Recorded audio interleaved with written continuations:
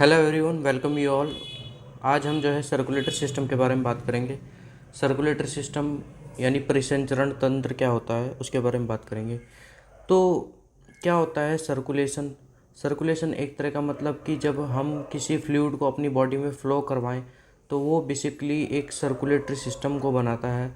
और यही जो है जिसमें जो है ऑर्गन्स इन्वॉल्व होते हैं और वेसल्स इन्वॉल्व होती हैं। तो इसी सिस्टम को जो है ग्रुप ऑफ ऑर्गन्स जब एक साथ काम करते हैं तो उसे जो है सर्कुलेटरी सिस्टम कहा जाता है। हम अगर अपने सर्कुलेटरी सिस्टम की बात करें, ह्यूमन बॉडी का एग्जांपल लें तो हमारे शरीर में हमारा हार्ट एक इंजन की तरह काम करता है जो ब्लड को पंप करता है। और ब्लड एक फ्लूइड है जो कि ब्लड वेजल्स में बहता है।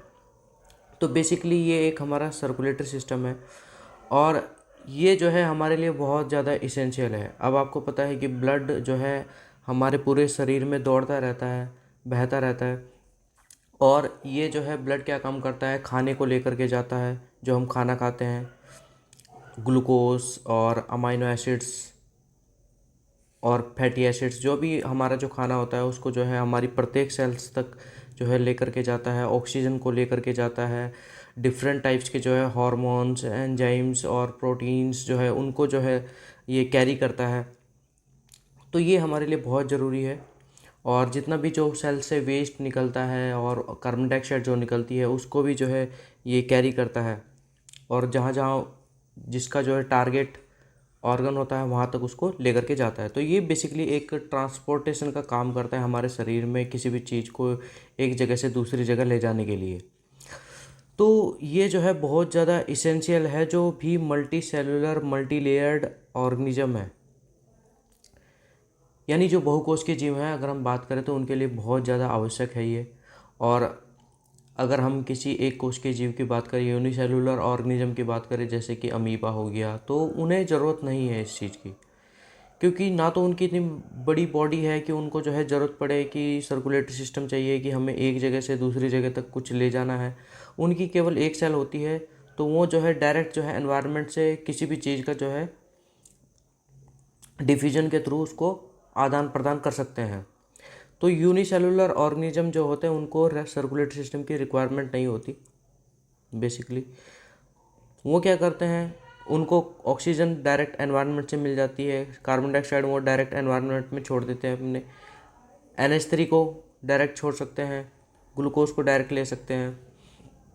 तो बेसिकली कोई भी यूनिसेलुलर ऑर्गेनिज्म को सर्कुलेटरी सिस्टम की आवश्यकता नहीं होती। अब हमारी बड़ी बॉडी है तो हमें जो है खाना पहुंचाने के लिए हम जैसे खाना जो खाते हैं हम, तो वो जो है पाचन तंत्र में उसका पाचन होता है। अब हमारा जो पैर का अंगूठा है या हमारी उंगलियां हैं या हमारा सर है, तो उसको भी ऑक्सीजन चाहिए, उसको खाना चाहिए, तो उसको वहाँ तक कौन पहुँचाएगा? सर्कुलेटरी सिस्टम का काम है कि वो जो है इन सभी चीज़ों को वहाँ तक पहुँचाएगा। तो ब्लड उसमें एक मीडियम का काम करता है। सर्कुलेटरी सिस्टम क्या काम करता है? ये तो बेसिकली ये होम्योस्टेसिस जो है मेंटेन करता है।